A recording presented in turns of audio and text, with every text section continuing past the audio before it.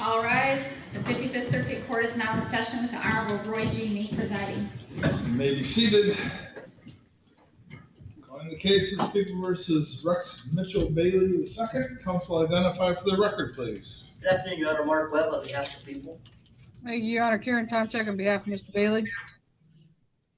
You are Rex Mitchell Bailey II? Yes. And you're here, you've been arrested for a bond violation, which is a contempt of court charge that can carry a maximum penalty of 93 days in jail and or a $500 fine.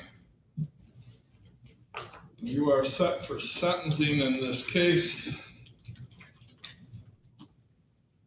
for September 7th. Court's going to enter not guilty pleas on your behalf to the contempt of court charge. Set a hearing regarding the contempt case for September 7th in front of Judge Evans. Do you want to argue about bond, Ms. Tomczyk? Yes, Your Honor. I would note to the court that although I think we have very limited information about the circumstances, this wasn't a case. This was a case more of where the protected party had showed up at a residence in which Mr. Bailey was living. I guess there seems to be some back and forth as to whose residence that is. However, Mr. Bailey indicates to me that he does have another place to go. I've gotten the address on that. That's on East Cranberry Lake with his father. He says he will stay there through the pendency of the case, but he is working on filing unemployment. He filed a protest, Your Honor, and he can't follow through with that while he's incarcerated. So I would ask the court reinstate Mr. Bailey's bond. Mr. Webb, on behalf of the people. Your Honor, Mr. Bailey entered a plea to possession of meth and domestic violence first on August 3rd of 2021. The domestic violence charge, Miss Amy Edwards was the victim. This is he was found, the deputies were called and he was found in her front yard last night and last evening or yesterday. And she claims he was kicking on the front door, and that's the police found him in the front yard.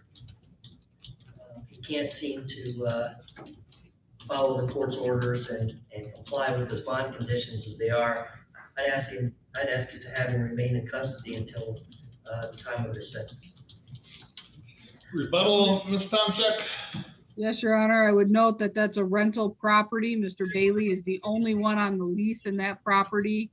And that at a period of time after Mr. Bailey got out of incarceration, that the victim in this case had left that residence and she had since come back after a period of time, Your Honor.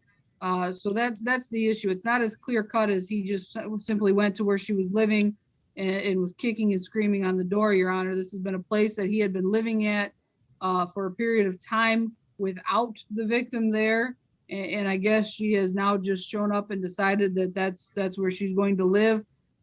So again, Your Honor, it's not that Mr. Bailey's just simply completely disregarding the court's orders, but in the ability to comply with those court orders, he has, as I indicated, found another residence so he can just stay away from that place in its entirety.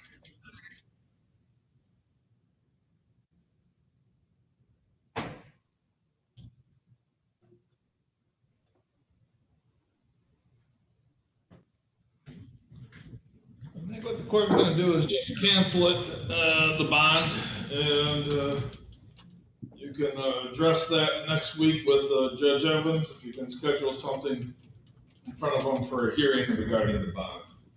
All right? I just don't understand. You always go with the fucking prosecutor and she's the one that's lying. She should be in jail. Ms. We're in Bailey, recess.